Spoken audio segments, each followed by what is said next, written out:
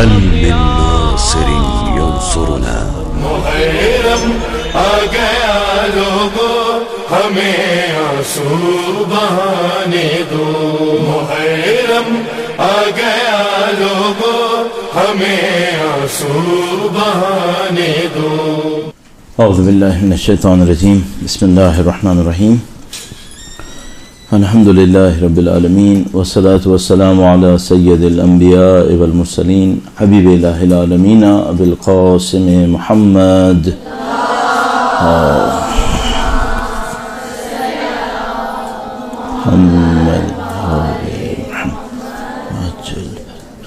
وعلی آلہ الطیبین الطاہرین، سیما بقیۃ اللہ فی الارضین۔ قال اللہ تعالی فی کتابہ الکریم، بسم اللہ الرحمن الرحیم، نرید ان نمن علی الذین استضعفوا فی الارض ونجعلہم ائمہ ونجعلہم الوارثین۔ ایک بار پھر درود بھیجے گا محمد و آل محمد، صلی علی محمد۔ پروردگار عالم کا انتہائی شکر، انتہائی احسان ہے، اس نے ہمیں دین کے پیروکاروں میں قرار دیا، دین کے بارے میں سوچنے سمجھنے والوں میں سے قرار دیا۔ خداوند تعالی نے اپنے دین کی تبلیغ کے ذرائع میں سے ایک ذریعہ قرار دیا کہ اس کے دین کی تبلیغ کر سکیں، اس دین کی دین کو لوگوں تک ابلاغ کر سکیں، جو ظاہر کی بنیادی طور پر انبیاء کا کام ہے۔ خداوند تعالی نے اس مقدس فریضے کے اندر ہمیں اور آپ کو شامل ہونے کی سعادت دی ہے، اس سعادت کا شکر بجا لانے کے لیے، جس کے نتیجے میں انشاءاللہ نعمتوں میں اضافہ ہو۔ درود بھیجے گا محمد و آل محمد کا، اللہ صلی علی محمد و آل محمد وعجل فرجہ۔ ہمارے پاس انتہائی اہم موضوع ہے، اور وہ یہ ہے کہ ہم اہل بیت اطہار علیہ السلام کی خوشنودی حاصل کرنے والی مجالس کیسے تیار کریں، اور ظاہر ہے کہ تیاری کی جو میتھڈالوجی ہے اس سے زیادہ اس پر منحصر ہوگا کہ تیاری کے کانٹینٹس کیا ہیں، تیاری کے جو آپ کی بنیادی اجزاء ہیں وہ کیا ہیں۔ تو ہمیں کچھ باتیں سمجھ میں آتی ہیں اس سلسلے میں، جو نکات کی صورت میں آپ کے سامنے بیان کریں گے۔ پہلی بات تو یہ کہ ایک مجموعی حکمت سمجھ میں آتی ہے، وہ یہ کہ اہل بیت اطہار سلام اللہ علیہ مجمعین کی زندگی ظاہر عبودیت کا ایک نمونہ ہے، پروردگار عالم کی محض عبودیت۔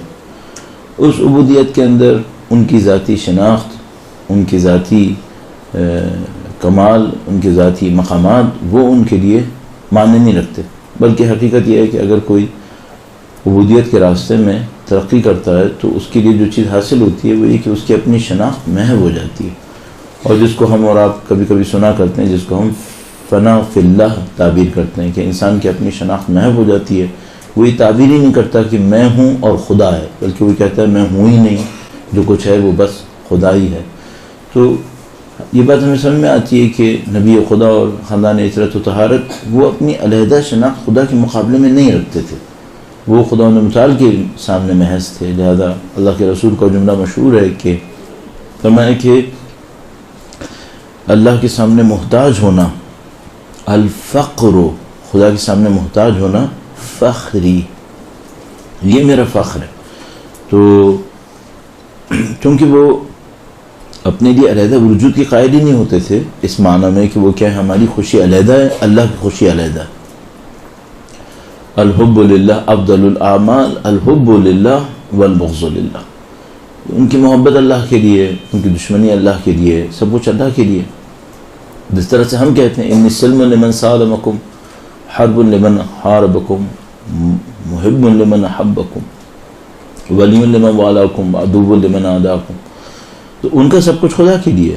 بس اگر ہم کہتے ہیں ہم کوئی ایسی مجلس تیار کریں جس میں اہل بیت کی خوشنودی ہو، تو در حقیقت وہ خدا کی خوشنودی ہے، ورنہ علیحدہ سے کوئی ٹائٹل نہیں ہے یہاں پر۔ اہل بیت اطہار سلام اللہ علیہ مجمعین کو چونکہ مجالس اعزاء سے ان کا نام وابستہ ہے، اعزاء سید الشہداء سلام اللہ علیہ کے نام پر اعزاء، اس لیے اس خاطر اس کا عنوان اس طرح سے رکھا جاتا ہے۔ بہرحال ہم اس کو دیکھنے کی کوشش کرتے ہیں کہ ان کی خوشنودی کس چیز میں ہوتی تھی، وہ کس بات سے خوش ہوتے تھے۔ مثال کے طور پر جیسے ہمارے یہاں ایک عوامی رویہ ہے، وہ یہ کہ ہم یوں احساس کر رہے ہوتے ہیں جو ایک لحاظ سے برا نہیں ہے، لیکن تھوڑا سا لگتا ہے کہ اگر غلط غلطی کا ازالہ نہ کریں تو پھر بہت بڑی غلطی ہو سکتی ہے. وہ یہ کہ ہم یہ سوچ رہے ہوتے ہیں کہ شاید وہ اللہ سے قطع نظر نعوذ باللہ تعالیٰ اپنے ذکر سے خوش ہوں گے. نہیں، ایسا نہیں ہوگا. یعنی مثلا کوئی یہ سوچے وہ اپنے ذکر سے خوش ہوں گے چاہے اس کے پیچھے خدا ہو نعوذ باللہ تعالیٰ یا خدا نہ ہو. نہیں، ایسا نہیں ہو سکتا. ان کی اپنی کوئی شناخت نہیں ہے، وہ اپنے آپ کو خدا کی شناخت کے اندر محض کرتے ہیں. تو مثلا کوئی یہ سوچے کہ وہ اپنے ذکر سے خوش ہوں گے نعوذ باللہ تعالیٰ چاہے خدا پیچھے نہ ہو، اس کو تو وہ نصیری تعبیر کرتے ہیں. پھر اس سے تو دشمنی کرتے ہیں، اس سے تو وہ لڑ رہے ہوتے ہیں. تو وہ جو کچھ بھی خوشی اور غم رکھتے ہیں، جو کچھ بھی خوشنودی ان کی ہوتی ہے، وہ سب کی سب ہوتی ہی اس پر ہے کہ ہم اللہ کی طرف بڑھیں. لہٰذا مثلا اگر اللہ کے رسول کسی بات کے اوپر دعوت دیتے ہیں تو وہ اپنی طرف دعوت نہیں دیتے. خدا متعال بھی فرماتا ہے انک لا تہدی من احببت. اے نبی، آپ اپنی مرضی سے بغیر ارادے الہیہ کے کسی کو ہدایت نہیں دے سکتے. ارادہ الہیہ اس پر ہے کہ آپ ہدایت دیں، اور اتنا زیادہ خدا کا ارادہ ان کے عمل کے اوپر ہے کہ فرماتے وما رمیت اذ رمیت ولکن اللہ رما. جب آپ نے دشمن کی طرف تیر بھی چلایا تو آپ نے تیر نہیں چلایا بلکہ اللہ نے تیر چلایا. تو وہ سب کا سب ان کا ارادہ اللہ کے ارادے کے اندر ضم ہے. خدا تعالیٰ ان کے ارادے پہ خوش ہے. فرماتا ہے جو کہتے ہیں وہ میری مرضی سے کہتے ہیں، ما ینطق عن الہوی ان هو الا وحی یوحی. یہ سب کا سب ہے. تو ان کا ارادہ اس پر ہے کہ ہم خدا سے کتنا نزدیک جائیں. لہذا آپ اور میں جب مجلسیں تیار کرتے ہیں، مجالس اعزاء سلام اللہ علیہ کو، سید الشہداء کو برپا کرتے ہیں، تو سب کا سب اس بات پر ہے کہ ہم اور آپ مل کر خاندان عطرت و طہارت اور نبی خدا کے ذریعے سے، قرآن کے ذریعے سے کتنا خدا تک پہنچ پائیں گے. تو اگر کوئی قرآن تک پہنچا اور خدا تک نہ پہنچا تو یہ بھی گویا ایک بت قدے میں پہنچ گیا، کیونکہ سب کو لے جانا نا تو خدا کی طرف، انا للہ و انا الیہ راجعون. تو آپ کو اور مجھے سب سے پہلے یہ دیکھنا ہے، جب میں اور آپ مجلس پڑھ رہے ہیں، مجلس تیار کر رہے ہیں، مجلس اعزاء کے اندر شریک ہیں، اپنے آپ سے بار بار ایک سوال پوچھتے رہیں. آپ اس کو اپنی پریکٹس میں بھی لا سکتے ہیں. وہ یہ کہ یہ خدا ہی کے لیے ہے نا، اور تو کسی چیز کے لیے نہیں. اگر آپ کے ذہن میں یہ بات قائم رہی کہ ہاں یہ خدا کے لیے، تو پھر یہ سب سے بڑی خوشنودی کا سبب بنے گا. ہونا خدا کے لیے چاہیے. تو سب سے پہلی بات جو ہمیں سمجھ میں آتی ہے مجلس کے اندر جو خوشنودی کا سبب بنے گی وہ یہ کہ ہماری نیت خدا تعالیٰ کے لیے پرخلوص ہوگی، تو وہ یقیناً خوشنودی کا سبب بنے گی. اس کے لیے ہم کیا کر سکتے ہیں؟ میں نے عرض کیا مختلف طریقے کر سکتے ہیں، توسل کر سکتے ہیں، لیکن اس توسل کے ساتھ ساتھ یہ دہرانا بھی اچھا ہے. دہرانا اچھا ہے. اب دیکھیے دین خدا کے اندر دہرانے کی کتنی ویلیو ہے. آپ نے روزانہ نہیں معلوم کتنی دفعہ سورہ فاتحہ دہرانی ہے. اچھا جو سورہ فاتحہ کے کانٹینٹس ہیں، اجزاء ہیں، یہ آپ کو رٹے ہوئے نہیں ہیں کیا؟ آپ کو رٹے ہوئے ہیں تو دہرانے کی کیا ضرورت؟ اس میں ایک ذرا سا باریک نکتہ ہے، وہ یہ ہے کہ اگر ان الفاظ کو دہراتے وقت آپ کا ذہن، آپ کی فکر ساتھ ہوئی تو یہ اعتراف ہوگا. اعتراف عمل ہے. لفظ کا دہرانا شاید عمل نہ بنے، لیکن لفظ کے پیچھے اگر فکر ساتھ ہوئی تو وہ اعتراف میں تبدیل ہو جائے گا. اعتراف عمل ہوتا ہے. مثلا جب آپ کہتے ہیں ایاک نعبد و ایاک نستعین، اچھا اگر آپ نے بغیر سوچے سمجھے کہا ہے تو یہ ورد ہے. اچھے لفظوں میں ذکر بھی نہیں ہے، یہ ورد ہے. لیکن اگر آپ نے اس کو واقعاً سوچ سمجھ کے کہا ہے اور ذکر کیا ہے، جس کو خدا تعالیٰ فرماتا ہے فذکروا، ذکر کرو، یہ ذکر اعتراف ہے. یہ آپ اعتراف کر رہے ہیں، اپنی زندگی کا پورا اناؤنس کر رہے ہیں ایاک نعبد و ایاک نستعین. اس کے بعد آپ ایک طلب کر رہے ہیں اہدنا الصراط المستقیم. تو اس سے کیا ہوگا کہ یہ اعتراف آپ کی زندگی کے اندر شامل ہوگا. اور یہاں پر ایک اور باریک سی چیز ہے جس کو تھوڑا سا ہم لوگ توجہ کم دے پاتے ہیں. چلیے میں اس کو کسی طریقے سے لے آتا ہوں بیچ میں تاکہ اس کو ہم پہلے پکڑ لیں. یہ بہت بڑا عنصر بن جائے گا ہماری اور آپ کی مدد کے لیے. درود بھیجے گا محمد و آل محمد پر. بیٹا میرے سامنے بیٹھ کے نہیں کرو، آل محمد وعجل پر. میرے ساتھ ایک بہت بڑی مشکل ہے. میں آپ کو کئی دفعہ کہتا ہوں، اب تو بوڑھا ہو گیا، 30-35 سال ہو گئے مجھے پڑھاتے ہوئے. کوئی ذرا سا ہلے گا بھی نا مجھے سمجھ میں آ جائے گا. اب چاہے میں آپ کی طرف دیکھ رہا ہوں چاہے میں آپ کی طرف نہیں دیکھ رہا، لیکن اگر آپ ہلیں گے تو مجھے سمجھ میں آ جائے گا اور میں ڈسٹرب ہوں گا. تو اگر آپ میرے سامنے بیٹھے ہیں تو آپ ضرور احتیاط کیجیے گا کہ آپ کچھ اور نہ کر رہا ہوں. ٹھیک ہے، کوشش کیجیے گا. ہم لوگ ابھی ظاہر ہے ہم لوگ کی زندگی بہت کم رہ گئی ہوگی، پتہ نہیں کتنے دن رہ گئی، کتنے سال رہ گئے. ہمیں کوشش ہوتی ہے پروڈکٹیو ہو جائے کسی طریقے سے، کوئی نتیجہ نکالا ہے کسی طریقے سے. تو آپ کے ساتھ بھی یہ چاہتے ہیں کہ آپ نتیجہ نکالیں. اچھا، جو اہم بات ہے وہ یہ ہے، ایک وہ علم ہوتا ہے جو ہم لوگ سیکھتے سکھاتے ہیں، کتابوں میں سیکھتے ہیں، درس میں جاتے ہیں، مجلسوں میں جاتے ہیں. علم ہوتا ہے جو ہم سیکھتے سکھاتے ہیں. آپ نے اپنی زندگی میں کیا یہ نہیں دیکھا کہ بہت سارے لوگ بہت کچھ جانتے ہیں، کرتے نہیں؟ دیکھا، ہم نے بھی دیکھا، آپ نے بھی دیکھا. اچھا، کیا ہمارے اپنے ساتھ نہیں ہوتا؟ ہمارے اپنے ساتھ بھی ہوتا. بہت کچھ جانتے ہیں، نہیں کرتے. نہیں معلوم کتنے مفاہیم ہم لوگوں کو پتہ ہیں. آپ ماشاءاللہ منصب قائم ہونے کے ناطے یا دوسرے مکاتب مدارس وغیرہ کے اندر ہونے کے ناطے، مجالس سننے کے ناطے کتنے مفاہیم پتہ ہیں پڑھنے کے ناطے. اچھا، اس پہ عمل کیوں نہیں کرتے ہم لوگ؟ تو ہم دیکھتے ہیں کہ نہیں، ایک وہ عقل ہوتی ہے جو سیکھنے سکھانے کی ہوتی ہے، ایک وہ عقل ہوتی ہے جو کرنے کرانے کی ہوتی ہے. یہ دو بالکل علیحدہ ہیں. بعض اوقات لوگ ایسے ہوتے ہیں علم کا انبار لگاتے ہیں، کرتے نہیں ہیں. بعض اوقات لوگ ایسے ہوتے ہیں ایک جملہ سیکھتے ہیں، عمل کرتے ہیں. اللہ کے رسول کا وہ معروف واقعہ آپ اور میں دہراتے رہتے ہیں کہ اللہ کے رسول کے پاس ایک آدمی آیا، اس نے کہا دین سکھاؤ. کسی کو کہا اس کو دین سکھا دو، وہ چلا گیا. جانے لگا تو لوگوں ہنسنے لگے. لوگوں نے دیکھ کے اللہ کے رسول نے فرمایا کہ یہ آدمی جاہل آیا تھا، فقیہ بن کے گیا. اچھا، اس فقیہ نے کیا سیکھا؟ ایک آیت کریمہ، من یعمل مثقال ذرۃ خیرا یرہ. بس جاہل آیا، فقیہ چلا گیا. اچھا، اس کی عقل کے اندر سیکھنے سکھانا کتنا ہے؟ ایک آیا. اس کے عمل میں کرنا کرانا کتنا ہے؟ 100%. عمل نے اس کو فقیہ بنا دیا ہے. ابھی اس کا علم تھوڑا سا ہے. فقیہ کتاب سے نہیں بنے گا، فقیہ عمل سے بنے گا. اللہ کے رسول کی روایت بتاتی ہے. کتاب سے بنتا تو اس کے پاس تو ایک آیت کریمہ آئی ہے. فقیہ عمل سے بنا ہے.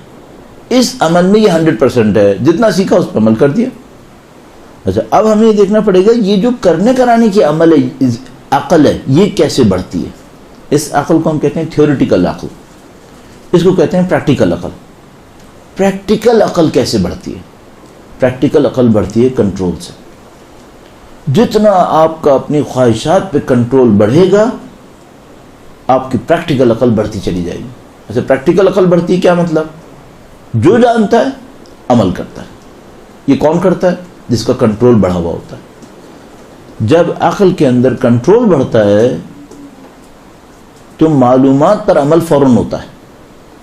جب عقل کے اندر کنٹرول بڑھتا ہے تو عقل نظری بڑھتی چلی جاتی ہے، عقل عملی نہیں بڑھتی. بس آپ کو پڑھنے لکھنے والی عقل کے ساتھ ایک کرنے کرانے والی عقل چاہیے. یہ جو کرنے کرانے والی عقل ہے یہ بیہودہ کاموں میں لگنے سے زائل ہو جاتی ہے. فضول کاموں میں لگیں گے ضائع ہو جائے گی. آپ کہیں بیٹھے میں اپنا ہاتھ یوں ہی کرتے رہیے، آپ کی عقل ضائع ہو رہی ہے. کیوں؟ آپ کا کنٹرول ضائع ہو رہا ہے، یا آپ نے کنٹرول ضائع کیا. یہ جو کنٹرول ضائع کیا ہے اس میں آپ عمل میں کم آئیں گے، آپ کی عقل عملی ڈیمیج ہو جائے گی. آپ کو چاہیے کنٹرول بڑھائیں. کنٹرول بڑھائیں گے عقل عملی بڑھے گی. عقل عملی بڑھے گی، دو فائدے ہوں گے. ایک تو ہے کہ آپ کام کریں گے، عمل کریں گے، عمل سے زندگی بنتی ہے، ثواب بنتا ہے. اس صرف سیکھنے سکھانے سے نہیں بنتا، کرنے کرانے سے بنتا ہے اصل ثواب. دوسری بات جو اس سے بھی زیادہ اہم ہے، جتنی آپ کی عقل عملی مضبوط ہوگی، اس عقل عملی کو ٹرمنالوجی میں کہتے ہیں قلب. عرفا اور ان اخلاق کے ماہرین عقل عملی کو جو عمل کرواتی ہے اس کو ٹرمنالوجی میں قلب کہتے ہیں. جہاں کہیں آپ کو روایت میں قلب ملے گا اس کا مطلب یہ ہے، یہ عقل عملی. کاش یہ نقطہ آپ اپنے ذہن کے کسی ایسے حصے میں بٹھا لیں جو کبھی خراب نہ ہو. جہاں کہیں روایت میں قرآن میں آپ کو ملا قلب، سمجھ لیجئے 95% کیسز، اس سے زیادہ میں شاید، اس کا مطلب عقل عملی ہے، عقل نظری نہیں ہے، عقل عملی ہے. یہ قلب کب مضبوط ہوتا ہے؟ جب کنٹرول مضبوط ہوتا ہے. جتنا کنٹرول مضبوط ہوگا عقل عملی مضبوط ہوگی، قلب مضبوط ہوگا. قلب مضبوط ہوگا اس کا مطلب کیا ہوتا ہے؟ اس کا مطلب ہے قلب کی نورانیت. اعضاء کی مضبوطی باڈی کی مسل سے ہوتی ہے، قلب کی مضبوطی نورانیت سے ہوتی ہے. بس اب دیکھیے سیکوینس کیسے. آپ کے سامنے ایک چیلنجنگ پوزیشن ہے، آپ کو کنٹرول امپلیمنٹ کرنا ہے. آپ نے کنٹرول امپلیمنٹ کر دیا. جیسے ہی کنٹرول امپلیمنٹ کیا عقل عملی مضبوط ہو گئی. عقل عملی مضبوط ہوئی کیا مطلب؟ یعنی قلب مضبوط ہوا. قلب کی مضبوطی کا مطلب کیا ہے؟ نورانیت بڑھی. اس نورانیت کا مطلب کیا ہے؟ اس کا مطلب ہے علم جو سیکھنے سے نہیں آیا ہے، خدا کی طرف سے عطا ہوا. اب علم ملے گا، اصلی علم. یہ وہ علم ہے جو تقویٰ کا رزلٹ ہے. اتقوا اللہ ویعلمکم اللہ. یہ علم سالڈ ہے، اس علم میں شک نہیں ہے، اس علم میں تردید نہیں ہے، اس علم میں بے عملی نہیں ہے. اس علم کے اندر بے انتہا ہوتا ہے کہ بے عملی آتی ہے، بلکہ وہ علم مصیبت بن جاتا ہے. بعض اوقات انسان کو گمراہ بھی کر دیتا ہے، اکڑنے لگتا ہے، فضول باتیں کرتا ہے. یہ علم اتنا پاکیزہ ہوتا ہے چونکہ پاکیزگی کا نتیجہ ہوتا ہے. یہ کبھی علم مصیبت نہیں لاتا، یہ علم ہمیشہ ترقی لے کے آتا ہے، اور یہ علم خدا کی طرف سے عطا ہوتا ہے. اور یہ ظاہراً وہ علم و قلب ہے جو مولا چھٹے امام نے ارشاد فرمایا تھا. درود بھیجے گا محمد و آل محمد صلی فرمایا لیس العلم بالتعلیم والتعلم. علم تعلیم و تعلم سے نہیں ہے، بل ہوا نور یغزفہ اللہ علی قلب من یشاء. بلکہ یہ تو وہ نور ہے جو اللہ نازل کرتا ہے کس پر؟ عقل پہ یا قلب پہ؟ قلب پہ. عقل عملی پہ، قلب پہ. بلکہ یہ وہ نور ہے. دیکھیے نور کا لفظ بھی آپ کو مل گیا، قلب کا لفظ بھی مل گیا. بلکہ یہ وہ نور ہے جو خدا اس کے قلب پہ نازل کرتا ہے جسے چاہتا ہے. اچھا، خدا جو چاہتا ہے قانون سے چاہتا ہے بغیر قانون کے چاہتا ہے؟ خدا ہمیشہ قانون پہ چاہتا ہے. خدا کس قانون کے تحت قلب پر نور نازل کرتا ہے؟ عمل کے قانون پر. کون سا عمل؟ پاکیزہ عمل، جس کے لیے ہم دو ٹائٹل استعمال کرتے ہیں. عمل صالح، رزلٹ اس کا تقویٰ ہے. بس دیکھیے سیکوینس بن گئی آپ کے سامنے. چیلنجنگ پوزیشن آئی، آپ نے کنٹرول امپلیمنٹ کیا. کنٹرول کے نتیجے میں آپ کا عمل صالح بڑھ گیا. عمل صالح بڑھا. عمل صالح بڑھنے کے نتیجے میں تقویٰ بڑھ گیا. تقویٰ بڑھنے کے نتیجے میں نورانیت آ گئی. کہاں پر آئی؟ قلب کے اوپر. قلب کے اندر جو نورانیت آئی، اب کیا آیا؟ اب مزید علم آیا. اب مزید جو امام نے فرمایا بل ہوا نور یغزفہ اللہ. پس علم نور ہے. علم نور ہے. اس کو آخر تک لے جاتے ہوئے سورہ طلاق وَمَن يَتَّقِ اللَّهَ، آگے کیا؟ وَمَن يَتَّقِ اللَّهَ، آگے بولنا چاہیے تھا آپ کو. يَجْعَلْ لَهُ مَخْرَجًا. جو اللہ کا تقوی اختیار کرے خدا اس کے لیے راہ نجات نکال دیتا ہے. اچھا، تقوی کے نتیجے میں کیا آنا تھا؟ نور، علم. علم راہ نجات ہے. کون سا علم؟ سیکھے سکھایا یا اللہ کی طرف سے نازل ہوا؟ اللہ کی طرف سے نازل. مخرج پیسہ نہیں ہے. وَيَرْزُقُهُ مِنْ حَيْثُ لَا يَحْتَسِبُ. وہاں سے رزق دیتا ہے جہاں سے وہ سوچ بھی نہیں سکتا. یہ رزق کون سا ہے؟ علم، نور. چونکہ خدا نے کہا تھا اتقوا اللہ ویعلمکم اللہ. تم تقوی اختیار کرو، اللہ تمہیں سکھا دے گا، علم دے گا. اب یہاں پہ فرمایا جو تقوی اختیار کرے خدا مخرج دے گا. مخرج کیا مطلب؟ یہاں پہ علم، نور. وَيَرْزُقُهُ مِنْ حَيْثُ لَا يَحْتَسِبُ. وہاں سے رزق دے گا جہاں سے سوچ نہیں سکتا. اس رزق کا مطلب کیا ہے؟ پھر وہی علم اور نور. آج دیکھیے 10 منٹ کے اندر اندر 5-6 بڑی اصطلاحات آپ کے سامنے بتا دیں. اب آپ اس کو اپنے ذہن کے اس حصے میں رکھیے گا جو خراب نہ ہو. رزق، نور، مخرج، علم، تقوی، قلب، کنٹرول، نورانیت، یہ سب آپ کی خدمت میں عرض ہوگا. پل صراط کی تاریکی کو قلب کی نورانیت دور کرے گی. پل صراط آگ میں ہے، اس آگ کو نورانیت بجھائے گی اور کوئی چیز نہیں بجھا سکے گی. یہ نورانیت جو کبھی سید الشہداء کے ذکر سے نصیب ہوتی ہے، چونکہ وہ خود عمل صالح ہے. عرض ہوا تھا عمل صالح نورانیت لے کر آئے گا. کبھی آپ کا پاکیزہ عمل ہوگا، کبھی آپ کا پاکیزہ خلوص ہوگا، اس سے نورانیت آئے گی، نورانیت سے مخرج ہے، علم ہے، رزق ہے، ان سب کے نتیجے میں پل صراط سے آپ کا گزرنا نورانیت کے ساتھ ہوگا، آتش کو جو پل صراط کے ساتھ چل رہی ہے وہ سب کو بجھاتا چلا جائے گا۔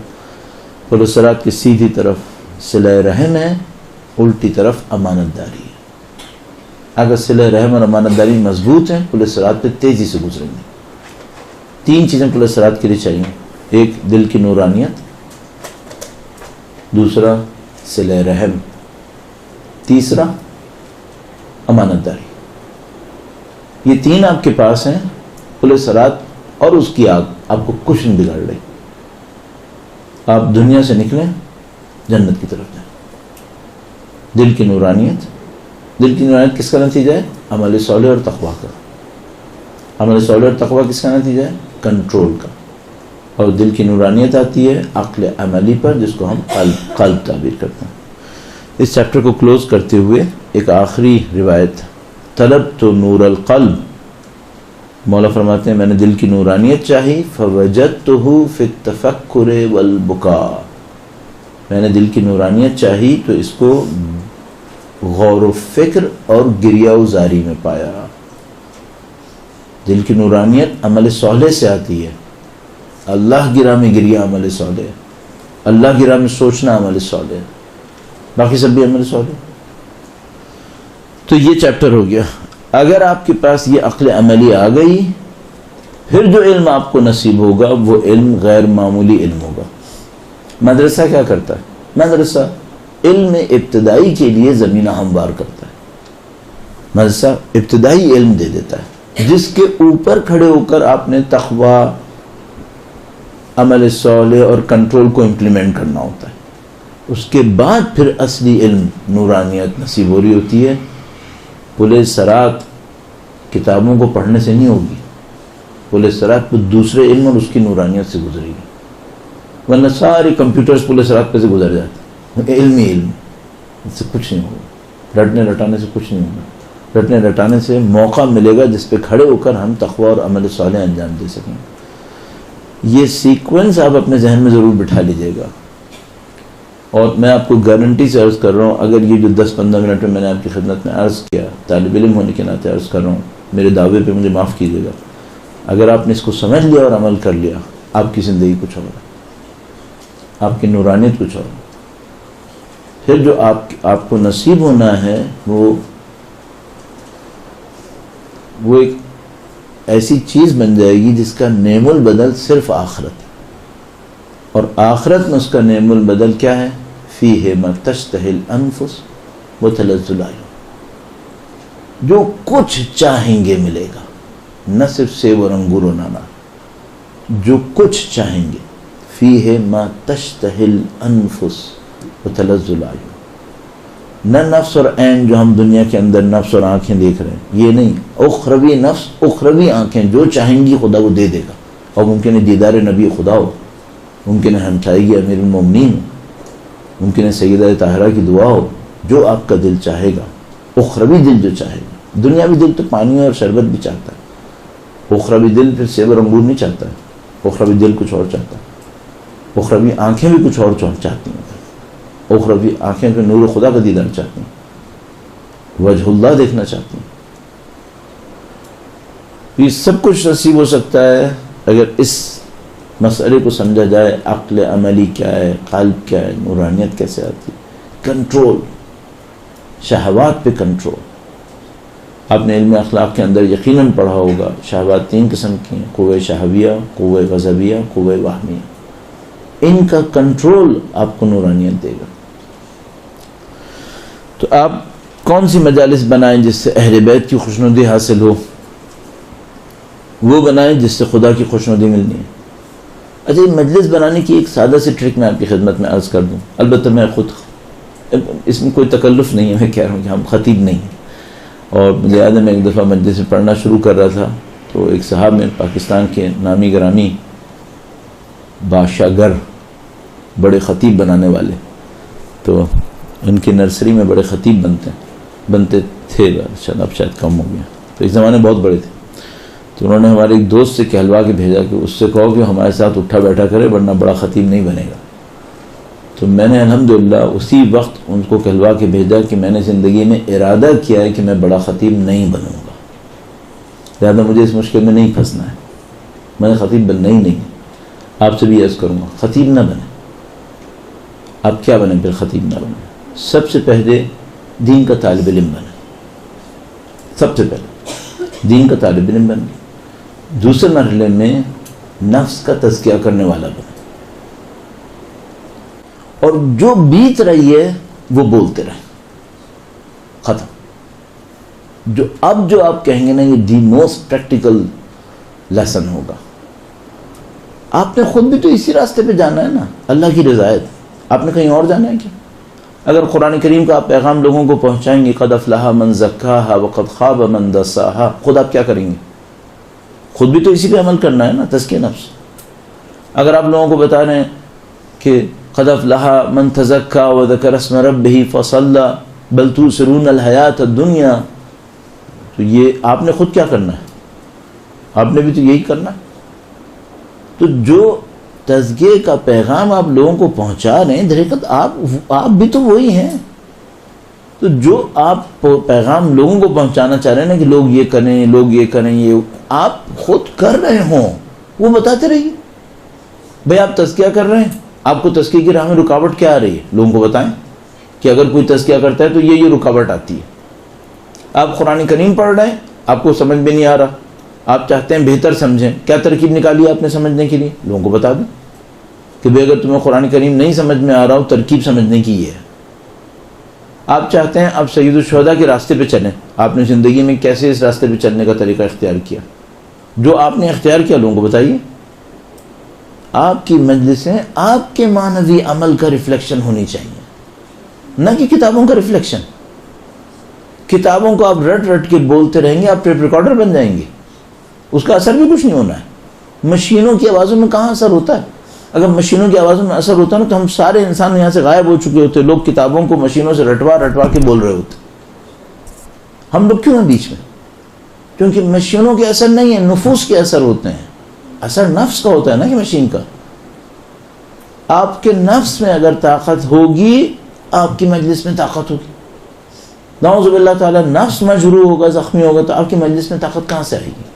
وہ مصنوعیات بنیں گی، آپ خطیب بن جائیں گے. پھر تو نعوذ باللہ غلط معنی میں خطیب، اچھے معنی میں خطیب ہوتے ہیں، اچھے معنی میں خطیب ہوتے ہیں، لیکن ایک غلط معنی میں خطیب ہوتے ہیں جن کو ہمارے یہاں معمولاً پبلک کہتی ہے، علامہ کہہ رہی ہوتی ہیں.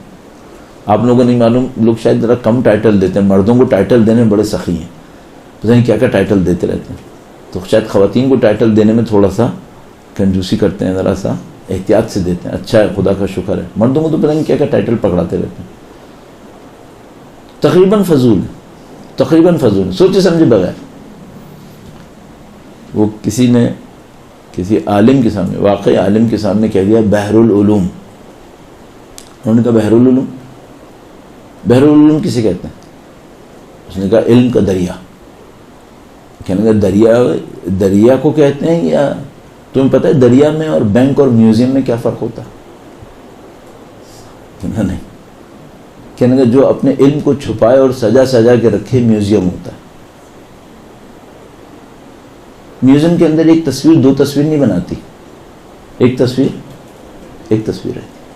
کتنا ہی بڑا ماسٹر پیس ہو، مونالیزا بنا دیا ڈاونچی نے، وہ جہاں پہ رکھی ہے لوور میوزیم فرانس کے اندر، دو نہیں بنے گی، ایک ہی رہے گی.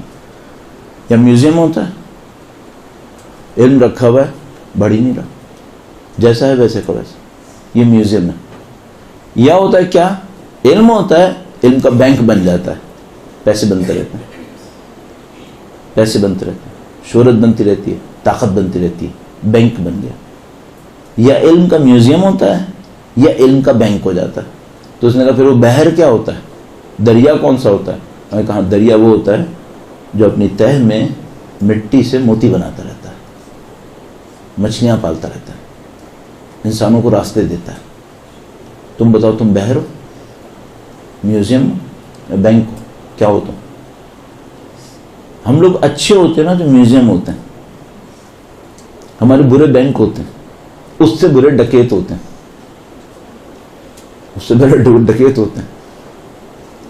یہاں کون بہر کی باتیں کہاں ہو رہی ہیں, کیا کیا ٹائٹل دیتے رہتے ہیں لوگ ایک دوسرے کو. تو آپ ہمیں کوشش کریں جو ہمارے اوپر بیت رہی ہے, گزر رہی ہے خدا کی راہ میں, اسی کو سنائیں. آپ نے سید الشہداء کے راستے پہ چلنا ہے, اس کو بتائیں کیسے چلیں. آپ نے معنویت حاصل کی ہے, بتائیں معنویت حاصل کی. اچھا اگر کوئی مجھ سے کہے میں نے کچھ نہیں کیا, تو میں اس سے کہوں گا پھر تو اپنے اوپر بول کے ظلم کیوں کر رہے, مت بولو, خاموش ہو. کچھ ضروری ہے کہ سب بولیں؟ تھوڑا سا بول لو, زیادہ نہیں بولو. جتنا کیا ہے اتنا بولو, بہت زیادہ نہیں بولو. بااثر پڑھیں, تربیت کے ساتھ پڑھیں, تزکیے کے ساتھ پڑھیں. تو آپ اور میں مجلس اچھی تیار کریں. تو یہ تو ساری باتیں ہو گئیں آدھے سے زیادہ وقت میں. اس پر کہ اپنے اوپر کچھ کریں, وہ باہر لائیں, تو آپ کی مجلس میں بڑی طاقت ہے. یہ اللہ کی خوشنودی لائے گی, نبی اور اولاد نبی کو خوش کرے گی. اب ٹاپک کیا ہونے چاہیے؟ مثلا ہمارے خیال میں نمبر 1 اللہ کی بندگی, اس کو پروموٹ کریں. اللہ کی بندگی بہت بڑا عنوان ہے جس کو ہم لوگ عبودیت کہتے ہیں. وما خلقت الجن والانس الا لیعبدون, نہ کہ عبادت کریں بلکہ بندگی کریں. اس کے ترجمے میں اگر عبادت کی جگہ بندگی رکھ لینا تو بہت لطافت ہے اس میں. ما خلقت الجن والانس الا لیعبدون, ہم نے جن و انس کو اس لیے خلق کیا کہ ہماری بندگی کریں, کیونکہ بندگی میں معراج ہے. خدا نے ہمیں اس لیے خلق کیا کہ معراج پہ پہنچائے, اور معراج پہ پہنچانے کا راستہ کہاں سے ہے؟ بندگی سے. سبحان الذی اسرا, آگے کیا ہے؟ سبحان الذی اسرا, آیتیں ہیں سن چاہیے. سورہ بنی اسرائیل پہلی آیت, سبحان الذی اسرا بعبدہ لیلا من المسجد الحرام الى المسجد الاقصى الذی بارکنا حولہ لنریہ من آیاتنا. سورہ اسراء, سورہ بنی اسرائیل بھی کہتے ہیں, پہلی آیت کریمہ. پاک و پاکیزہ ہے وہ خدا جس نے اپنے بندے کو معراج میں سیر کرائی. عبودیت, بندگی معراج کی طرف لے کر جاتی ہے. تو خدا فرماتا ہے ما خلقت الجن والانس, ہم نے جن و انس کو بس اس لیے خلق کیا کہ ہماری بندگی کریں, اور بندگی سے کیا ملے گا؟ معراج ملے گی. تو پہلا ٹاپک جو ہماری مجالس کے اندر ریفلیکٹ کرے وہ اللہ کی بندگی ہے. لوگوں کو اللہ کی بندگی کی دعوت دینی چاہیے. البتہ یہ میں نے عرض کر دیا, نہ صرف عبادت کی, صرف عبادت کی نہیں بلکہ بندگی کی. عبادت 20 منٹ 25 منٹ کا کام ہے پورے دن کے اندر, بندگی فل ٹائم جاب ہے.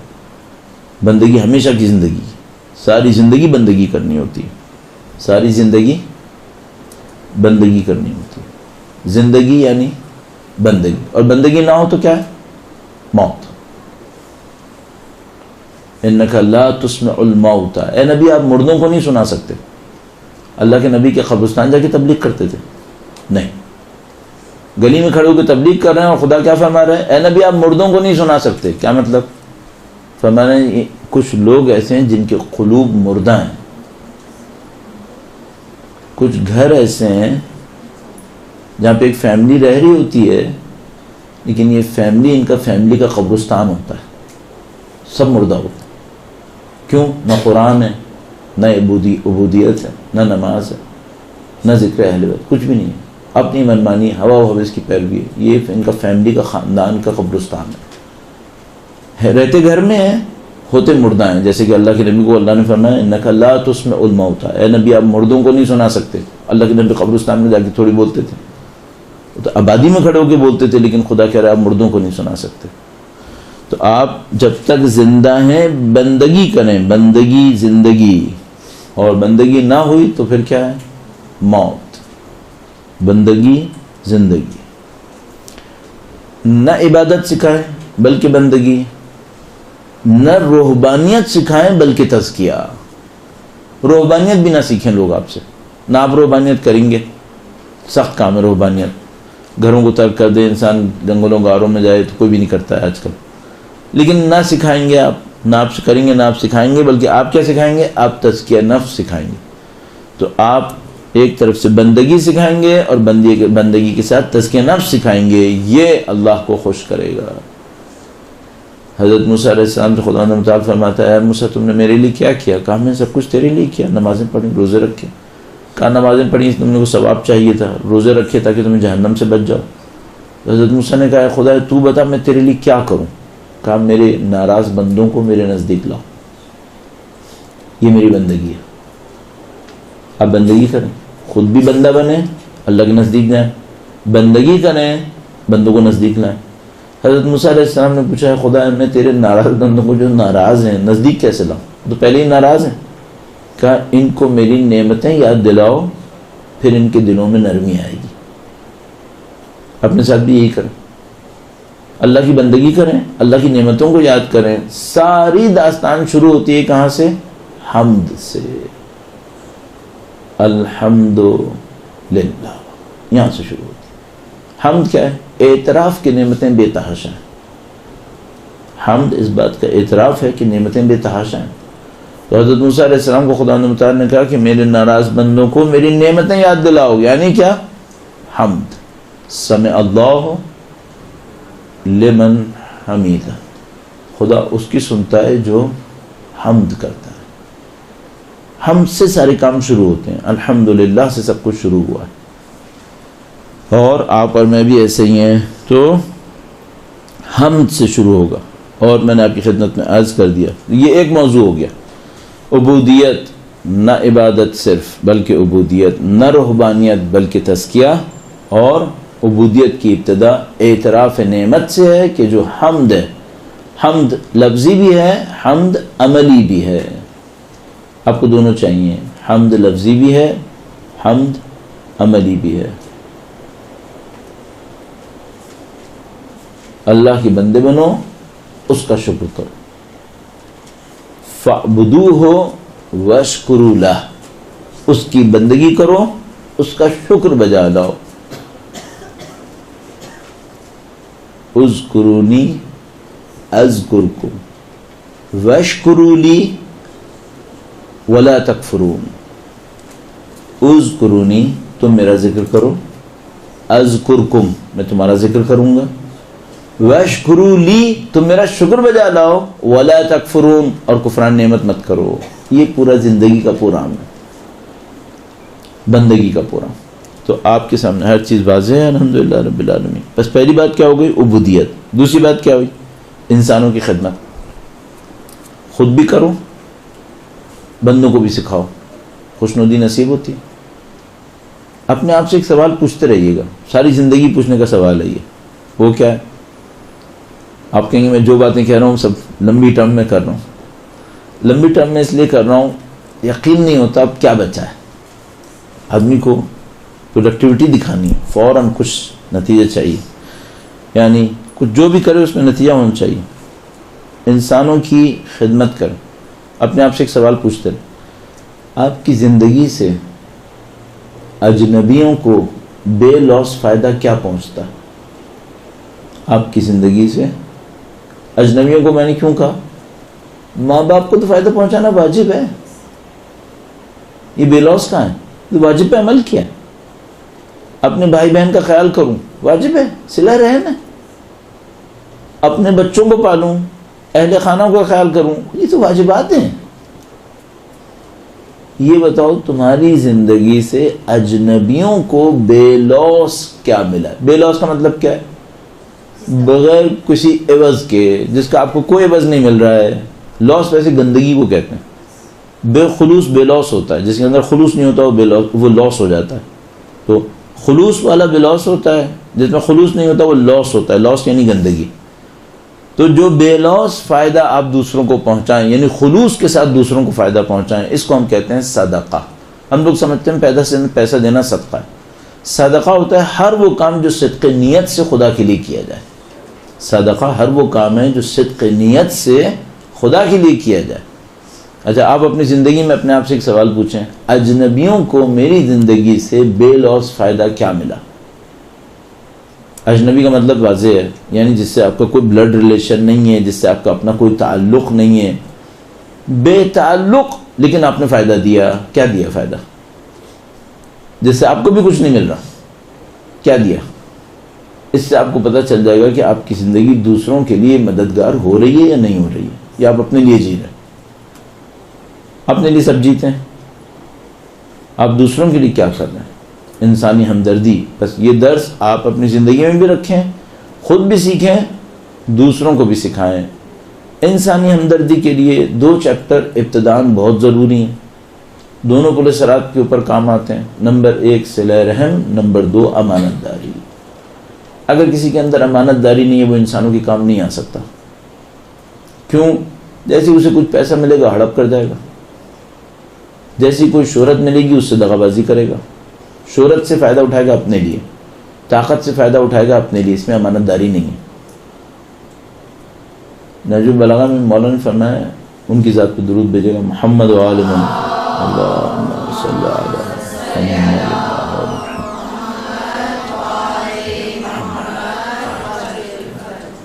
فرمایا اللہ نے اپنے کچھ بندے رکھے ہیں جن کو وہ اپنے خزانوں سے نوازتا ہے تاکہ دوسروں کو دیں. امام نے کلمات قصار میں مجھے یاد آتا ہے، خدا نے اپنے بندوں میں کچھ ایسے رکھے ہیں جن کو اپنے خزانے سے نوازتا ہے تاکہ وہ دوسروں کو دیں، اور جب وہ نہیں دیتے تو انہیں محروم کر دیتا ہے. جب وہ نہیں دیتے تو انہیں محروم کرتا ہے. اچھا، اللہ کے خزانے میں ہیرے جواہرات ہیں کیا؟ نہیں. اللہ کے خزانے میں پاکیزگی ہے، دل کی نورانیت ہے. آپ نے دوسروں کو دینے کی ٹھانی ہے نا تو خزانے خدا سے آپ کو ملے گا. اس لیے میں نے دوسرا پوائنٹ عبودیت کے بعد انسانوں کی ہمدردی رکھا. کیوں؟ یہ آپ کی تزکیہ نفس کے اندر مؤثر ترین کاموں میں سے ایک کام ہے. جو میں نے ابھی دل کی نورانیت عرض کی تھی آپ کی خدمت میں، عقل عملی، قلب، نورانیت، علم ملتا ہے، مخرج، رزق ملتا ہے، یہ سب وہی ہے. وہی خزانہ الہیہ رزق دے رہا ہوتا ہے. خزانہ الہیہ سکے نہیں دیتا، سکے بھی دیتا ہے دینے کے لیے دیتا ہے، اپنے لیے نہیں دیتا. سید الشہداء کے خزانے میں دیکھو اس وقت سکے ہی سکے ہیں، لیکن ان کی ذات میں کیا دینے کی نہیں ہے، سب کو سب دے رہے. تو فرمایا کہ اللہ نے اپنے بندوں میں سے کچھ کا انتخاب کیا، ان کو اپنے خزانوں سے دیتا ہے تاکہ وہ دوسروں کو دیں. آپ وہ بننے کی کوشش کریں، انسانی ہمدردی کریں، انسانوں کو دینے کی کوشش کریں. نہج البلاغہ میں یہ خطبے میں امام نے حمد کی ابتدا اس طرح سے کی، الحمدللہ الواصل حمدہ بالنعمہ. حمد اس خدا کی جس نے حمد کو واصل کیا اپنی نعمتوں سے. یہ جملہ یہاں پہ تھا. اب جو میں کہنے والا ہوں، نحمدہ علی آلائہ کما نحمدہ علی بلائہ. ہم اللہ کی حمد کرتے ہیں اس کی نعمتوں پر جیسا کہ ہم حمد کرتے ہیں اس کی آزمائشوں پر. فرمانے ہم آزمائشوں پہ صبر نہیں کرتے، ہم آزمائشوں پہ شکر کرتے ہیں. آزمائشوں پہ صبر کرے جو اس کو مشکل سمجھے. ہم آزمائشوں کو خدا کی نعمت سمجھتے ہیں، لہذا ہم آزمائشوں پہ شکر کرتے ہیں. نحمدہ علی آلائہ کما نحمدہ علی بلائہ. امتحان بھی دیتا ہے تو ہم شکر کرتے ہیں کیونکہ ہمیں پتہ ہوتا ہے یہ امتحان نعمت ہے. تو آپ انسانوں کی ہمدردی کی طرف جائیں، انسانوں کو دینے کی طرف جائیں. خزانہ قدرت آپ کے لیے کام کرے گا، آپ کو دینا شروع کر دے گا. اس میں دنیا بھی ہوگی، اس میں آخرت بھی ہوگی، لیکن آپ سب دیتے چلے جائیے. آپ سب دیتے چلے جائیے. اتنا دے دیں کہ خدائے رزاق کے رزاق نمائندے بن جائیں. اللہ رزاق ہے، وہ زمین پر رزاق نمائندے ڈھونڈ رہا ہے. آپ اس رزاق کے زمین پہ رزاق نمائندے بن جائیں. پھر جو وہ دے گا آپ کو اس کی رزاقیت سے ملے گا، آپ کو مل رہا ہوگا، اور آپ اس کی رزاقیت میں واسطہ بن جائیں گے. آپ کے ذریعے سے رزق دے رہا ہوگا. رزق میں علم، نورانیت، سکے سب شامل ہیں. سکے پس ترین. تیسری بات جو مجالس کے اندر ضروری ہے کہ آئے وہ ہے ولایت اہل بیت اطہار علیہ السلام. اور یہ ولایت صرف نعرہ حیدری نہیں ہے، یہ ولایت صرف من کنت مولا فہذا علی مولا نہیں ہے. یہ بھی ہے، یقیناً یہ ہے. یہ ولایت اس سے بھی اور وسیع ہوتی ہے. وہ کیسے؟ ہر ظلم سے لڑو. کیوں؟ ولایت خدا کا انکار کر رہا ہے. خدا منتہا نے حضرت موسیٰ علیہ السلام سے کہا جاؤ اس فرعون سے لڑو. کیوں؟ یہ ولایت کا منکر ہے، یہ ہماری ولایت کا انکار کر رہا ہے، بندوں کو غلام بناتا ہے. حضرت موسیٰ علیہ السلام گئے اور کہا یہ جو اللہ کے بندے تیرے ہاتھ میں یہ مجھے دے دے. ادو الیہ عباد اللہ، یہ جو تیرے بندے اللہ کے بندے تو نے اپنے ہاتھ میں پکڑ لیے نا، ان کو آزاد کر مجھے دے. کیوں؟ ولایت تیری نہیں ہے، ولایت خدا کی ہے. تو نے کہاں سے ولایت لی؟ تجھے کہاں سے حاکمیت مل گئی؟ حاکمیت خدا کی ہے. ظلم سے لڑنا، ولایت اہل بیت کا مطلب ہے ظالم سے لڑنا. سید الشہداء نے اپنے والد گرامی کی ولایت کے نتیجے میں جو من کنت مولا فہذا علی مولا سے ملی تھی، کس کا مقابلہ کیا؟ یزید کا. کہا ولایت میرے والد کی ہے، میرے والد کے بعد ولایت میری ہے، اس ولایت میں تو غاصب ہے، میں تیرا مقابلہ کروں گا. اچھا یہ جو مقابلہ کیا یہ اس لیے کیا کہ امام کی حکومت بن جائے؟ صرف نہیں، بندے آزاد ہوں. یہ جو بندوں کو غلامی میں لے کر آ گیا ہے، فرمایا کہ اللہ نے تم کو آزاد خلق کیا، تم غلامی کیوں پسند کرتے ہو؟ تیسری بات جو ہمیں سمجھ میں آتی ہے ولایت اہل بیت اطہار سلام اللہ علیہم اجمعین. اور اس ولایت اہل بیت کا قطعی نتیجہ یہ کہ آپ کو ظلم سے لڑنا ہے.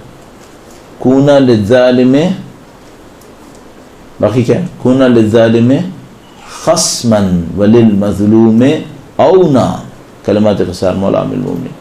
کونا للظالم خصما، اے حسن و حسین ظالم کے دشمن بن جاؤ، مظلوم کے مددگار بنو. فرما رہے مولا کی ولایت خدا نے مجھے دی ہے، میری ولایت تم دونوں کے پاس آئی ہے، تم دونوں کے اوپر ایک ڈیوٹی ہے. کیا ڈیوٹی ہے؟ ظلم سے لڑو، ظالم سے لڑو، مظلوم کا ساتھ دو، مظلوم کے معاون بنو. یہ ولایت اہل بیت اطہار علیہ السلام. ولایت اہل بیت اطہار انسانوں کو کمال تک پہنچانے کے لیے. اچھا اس کا استدلال کیا ہے؟ اس کا استدلال یہ ولایت اہل بیت اطہار انسانوں کو کمال پہ پہنچانے کے لیے، انا للہ و انا الیہ راجعون کے لیے. اس میں چند ظالم رکاوٹ بنے ہوئے ہیں جو انسانوں کو غلام بنا کے پکڑ لیتے ہیں، چونکہ وہ آئے انسانوں کو خدا تک پہنچانے کے لیے، اور چند ظالم انسانوں کو غلامی میں رکھ کر خدا تک پہنچنے سے روک رہے ہیں. لہذا اہل بیت اطہار ان ظالموں سے لڑتے ہیں. لہذا موسیٰ علیہ السلام قارون سے بھی لڑے، کہا تو اپنی دولت استعمال کرتا ہے بندوں کو غلام بنانے کے لیے، میں نہیں کرنے دوں گا. تو وہ قارون سے بھی لڑے. تو حضرت ابراہیم علیہ السلام نمرود سے لڑے، حضرت موسیٰ علیہ السلام فرعون سے لڑے، حضرت موسیٰ علیہ السلام قارون سے لڑے، حضرت عیسیٰ علیہ السلام اپنے زمانے کے علماء سو سے لڑے، رسول خدا قریش سے لڑے، مولا امیر المومنین امیر شام سے لڑے، سید الشہداء یزید سے لڑے. اور وقت کے امام دنیا کے تمام ظالموں و جابروں سے لڑیں گے. یملأ الارض قسطا وعدلا کما ملئت ظلما وجورا. آپ کا کام یہی ہے. آپ کی تیسری ڈیوٹی یہ ہے کہ آپ ظلم سے لڑیں، ولایت اہل بیت کا اعلان کریں، ظلم سے لڑیں، ظالم کو ساتھ دیں، خود بھی کریں، مجلسوں میں بتائیں. آپ کی ڈیوٹی بن جائے. تو یہ بیان آپ کی خدمت میں اتمام پہ پہنچاتا ہوں. ٹائم کافی ہو گیا. مجھے ذہن میں غلط فہمی ہو گئی، شاید اسی وجہ سے، دماغی کمزوری کی وجہ سے میں 2 بجے کے بجائے 2:30 بجے پلان کر گیا، اور اس اعتبار سے گھر سے نکلا بالکل صحیح 2:30 بجے پہنچ گیا یہاں پہ.